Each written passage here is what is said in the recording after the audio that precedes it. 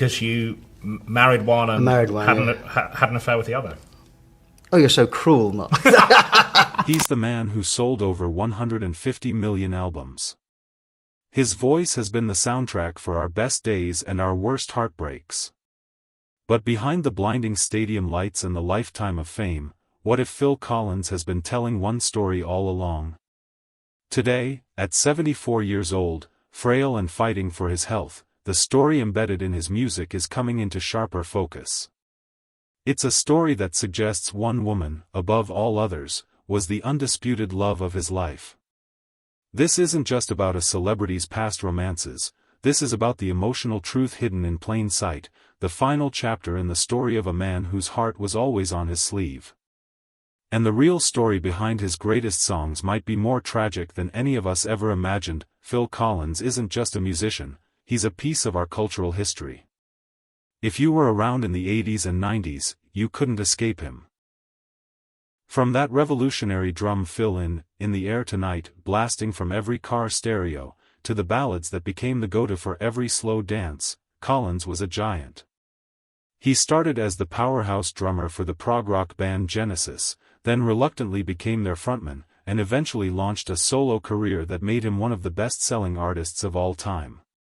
He was pop music's everyman superstar, the guy with the earnest voice who could sell out stadiums across the globe, but time catches up to everyone, and Phil Collins is no exception. The boundless energy he was known for on stage has been worn down by years of serious health problems. A spinal injury from 2007 led to severe nerve damage, making it impossible for him to stand for long, let alone play the drums that made him a legend. His final tour with Genesis in 2022 saw him performing from a chair, a powerful image of a warrior at the end of a long fight. In recent, brutally honest interviews, Collins has admitted to being very sick, a confession that has seemingly extinguished his creative fire.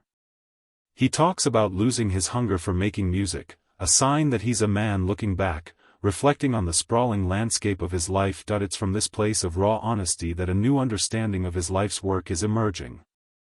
His personal life, marked by incredible success and very public romantic turmoil, has always been an open book. He's been married and divorced 3 times, with each relationship unfolding under the media's microscope. But what if, among the women who shared his life, one truly stands alone? What if one of them was the love of his life? This idea doesn't just add a footnote to his story, it forces us to re-listen to his entire musical legacy. It invites us to hear his iconic songs of heartbreak not as tales of fleeting romances, but as a lifelong echo of a love that was lost but never truly left him. To really get the weight of this story, you have to understand the man himself. Philip David Charles Collins was born in West London in 1951.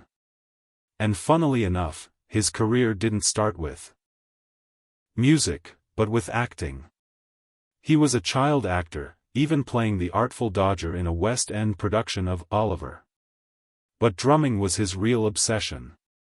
He got his first toy drum kit at 5 years old and was instantly hooked. His big break came in 1970 when he auditioned for a prog rock band called Genesis. At the time, Genesis was fronted by the famously theatrical Peter Gabriel.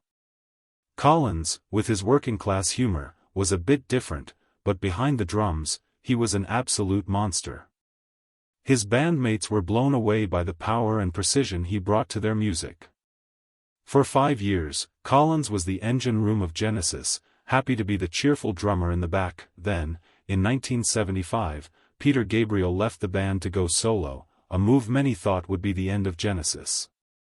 After trying out hundreds of singers, the band had a wild realization: their best option was already sitting on the drum stool. Collins reluctantly stepped up to the mic, and what happened next was one of rock's most incredible success stories. The band didn't just survive, it took off, shifting towards a more pop-friendly sound and scoring massive hits like Follow You Follow Me. But while Genesis was soaring, Collins' personal life was hitting turbulence. The non-stop cycle of recording and touring put a huge strain on his first marriage. As the 70s ended, the marriage fell apart, leaving Collins completely heartbroken. It was in that fire of personal pain that his solo career was born. He'd never really written songs before, but now, with his life in shambles, they just started pouring out of him. The result was his 1981 debut solo album, Face Value. It was a raw, deeply personal record that captured all the anger and sadness he was feeling. The album's first single, In the Air Tonight, was a masterpiece of mood and tension. That haunting synth, those desperate vocals, and, of course, that explosive drum fill that would become his signature. The song was a global sensation. Throughout the 80s, he became one of the biggest artists on the planet, juggling Genesis with a solo career that churned out hit after hit, Against All Odds, One More Night, Sussudio, Another Day in Paradise. He played Live Aid on 2 continents in one day and even acted in movies and TV shows like Miami Vice. His music was everywhere.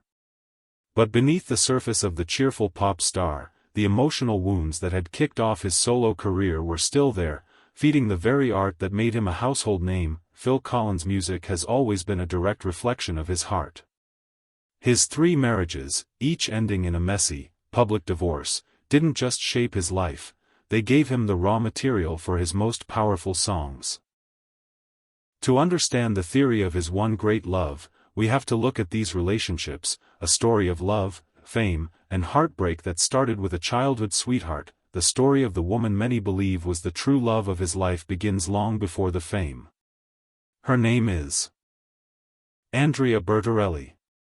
Phil and Andrea met as kids at the same London drama school when they were just 11 and dated as teens before her family moved to Canada. Years later, in the mid-1970s, they reconnected. That childhood spark turned into adult love, and they married in 1975.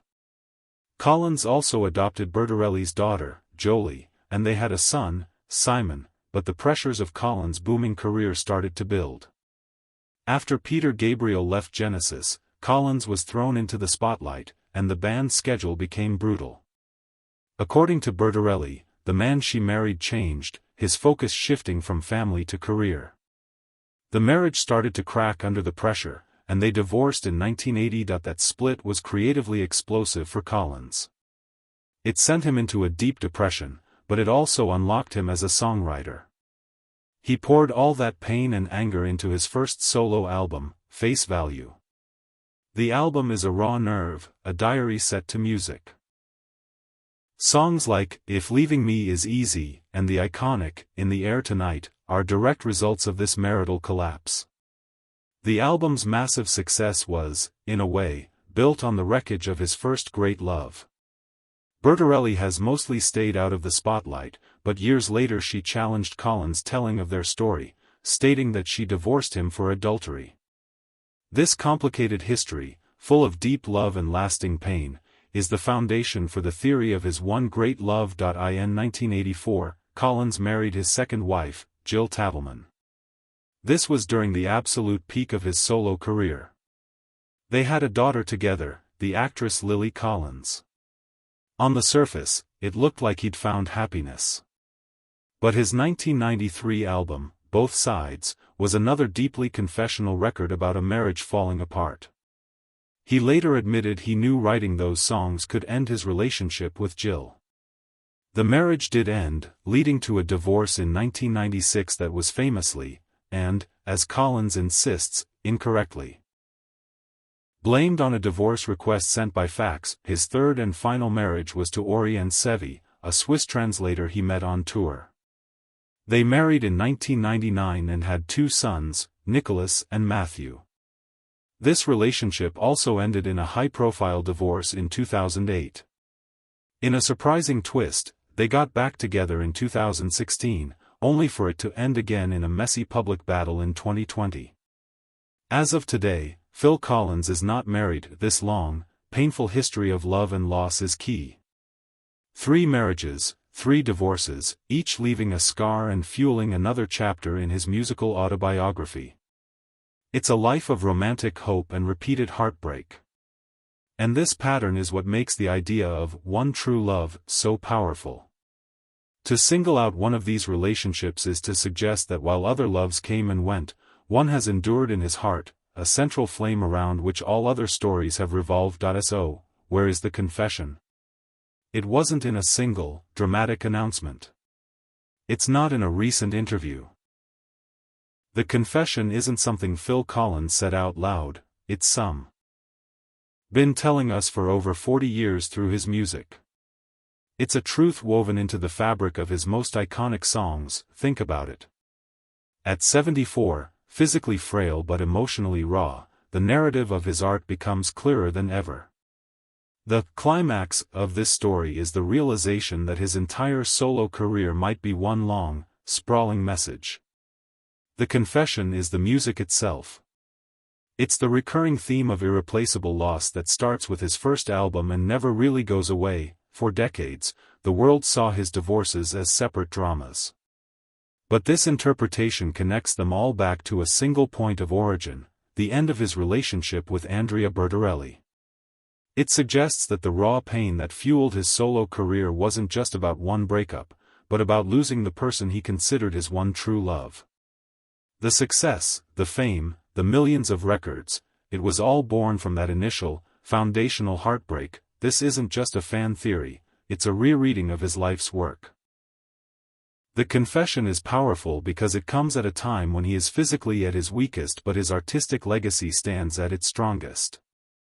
It's a way of understanding his art that says, after all the years, all the hits, and all the heartache, his music has remained tethered to his first great love.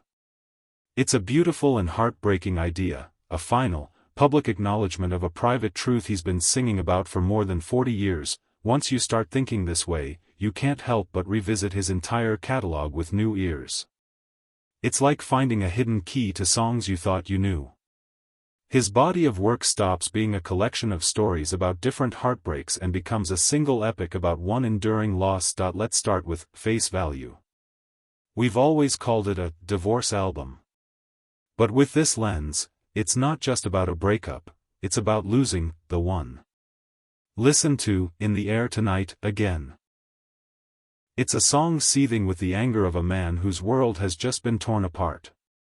The line, "Well, if you told me you were drowning, would not lend a hand," feels intensely personal when you imagine it directed at the person he thought was his soulmate. It's the sound of love twisting into something dark, and what about the devastating vulnerability of, "If leaving me is easy"?